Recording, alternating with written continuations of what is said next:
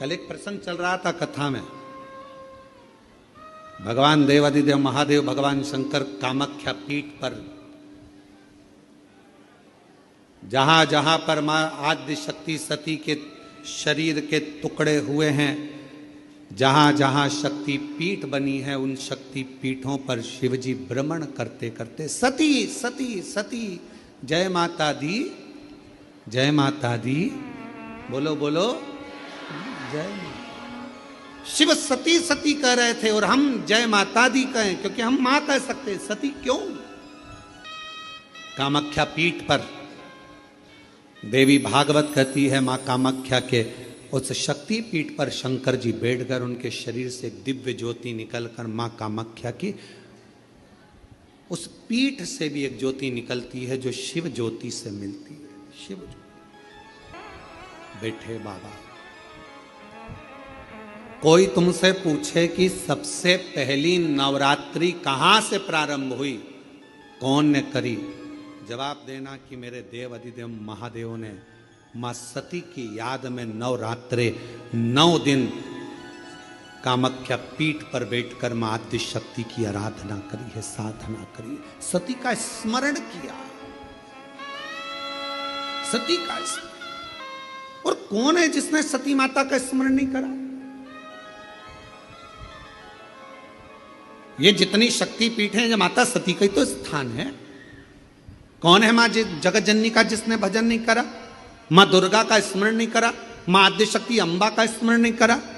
कोई ऐसा देवता बता दो जिन्होंने मां शक्ति का स्मरण ना करा हो। स्वयं शंकर भगवान भी मां शक्ति का स्मरण कर रहे हैं, मां देवी की आराधना कर रहे हैं, साधना कर रहे हैं।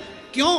क्योंकि शंकर भगवान 33 कोटि देवता में केवल एक देव अधिदेव महादेव ऐसे हैं जो नारी का सम्मान कैसे होना चाहिए, नारी का आदर कैसा होना चाहिए, नारी का सत्कार कैसा होना चाहिए, 33 कोटि देवता में देव अधिदेव महादेव अपनी पार्वती का आदर कर कर जनमानस को प्रेरणा देते हैं। एक स्त्री, एक नारी बच्चों को जब विद्याध्ययन कराती है तो वो सरस्वती हो जाती है।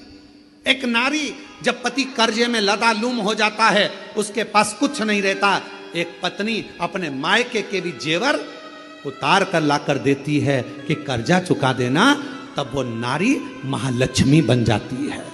एक नारी जब बच्चे भूखे होते हैं, पति भूखा होता है और भूख लग रही होती है, घर में कोई कैसे वो बीमार भी है ना, उसके शरीर में रोग भी है, सिर दर्द हो रहा है, बुखार आ रहा है, घर में कोई करने वाला नहीं है, तब वो नारी भले नौकरी करे, सर्विस करे, चाहे कहीं पर भी रहे, चाहे वो गृहस्थ आश्रम में रह रही है, परिवार में रह रही है, पर बीमार होकर भी वो रसोई घर में भोजन बनाकर भोजन करा रही है, तो वो अन्नपूर्णा बन जाती है।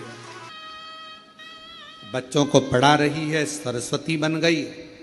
पति का कर्जा उतारने के लिए उसको दुखी ना देखते हुए उसने अपना गले के रकम, कान के बुंदे, हाथ की अंगूठी, कड़े तक दे दिए, वो लक्ष्मी बन गई।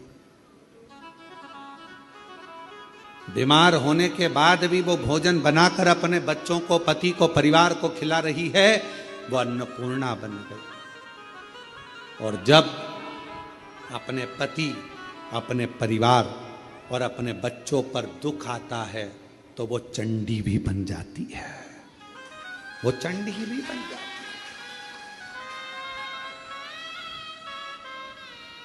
अब एक स्त्री, एक नारी तुम्हारे लिए इतना इतना कर रही और संसार के लोग सोचे कि ये तो हमारे पांव की धूल है, तो वो नारी पांव की धूल नहीं है, वो स्त्री पांव की धूल नहीं है। ये शंकर जी समझा रहे हैं। अपनी धर्म पत्नी सती प्राण त्याग कर चली गई है, शरीर के टुकड़े हो गए हैं। कामाख्या पीठ पर मेरे शंकर भगवान उस सती माता के, मां जगत जननी के उस शक्ति पीठ पर, कामाख्या पीठ पर नवरात्रे तक, माने 9 दिन तक भगवान शंकर ने मां सती का स्मरण किया है, ज्योति से ज्योति को मिलाया,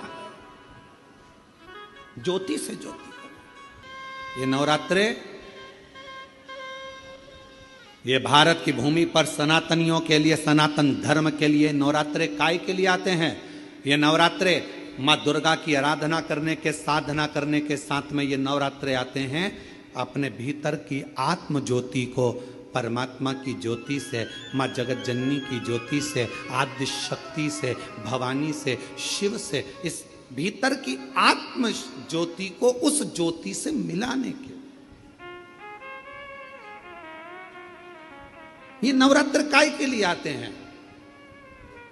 एक नारी का सम्मान करने के लिए। ये नवरात्र काय के लिए आते हैं? एक नारी के भीतर भी देवी की आराधना, शक्ति की साधना का प्रणाम करने के, नमन करने। ये नवरात्र काय के लिए आते हैं? एक छोटी सी छोटी लड़की में भी, कन्या में भी उस आद्य शक्ति मां जगत जननी दुर्गा उमा का दर्शन करने के। केवल नवरात्रे व्रत करने से पूर्ण नहीं होते हैं। केवल नवरात्रे व्रत करने से पूर्ण नहीं होते। केवल नवरात्रे 9 दिन तक भूखे रहने से पूर्ण नहीं होते। केवल नवरात्रे नवरात्रि तक जागने से पूर्ण नहीं होते। केवल नवरात्रे घर में ज्योत जलाने से पूर्ण नहीं होते। केवल नवरात्रे 9 दिन तक जवारे बोने से पूर्ण नहीं होते। केवल नवरात्रे 9 दिन तक कलश स्थापना से पूर्ण नहीं होते। नवरात्रे पूर्ण जब माने जाते हैं जब आप घर में रहने वाली नारी का आदर करना प्रारंभ कर दो।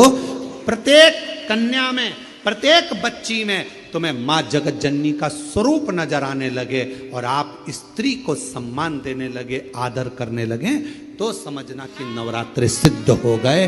नवरात्रे में आपकी साधना सिद्ध हो गई। गाली बक रहे हो, अपशब्द कर रहे हो, ताना दे रहे हो, आड़े टेढ़े वचन बोल रहे हो, कभी हाथ उठा लिया, कभी जूता उठा लिया, कभी चप्पल उठा ली, वो भी तो किसी की बेटी है। वो भी तो किसी की बेटी है। किसी के बेटी को आदर देना तो प्रारंभ करो। सत्कार। कितनी आराधना पूरी दुनिया कर रही है नवरात्रे में। पूरी दुनिया कितनी आराधना कर रही है मां जगत जननी की। कोई जोत जलाता है, कोई जवारे बोता है, कोई, हम कहते हैं जोत जलाओ अपने भीतर, प्रत्येक नारी के आदर की, सम्मान की, सत्कार की। अपने भीतर एक जोत जलाइए कि मुझे आदर करना है, नारी का सम्मान करना है, सत्कार करना है।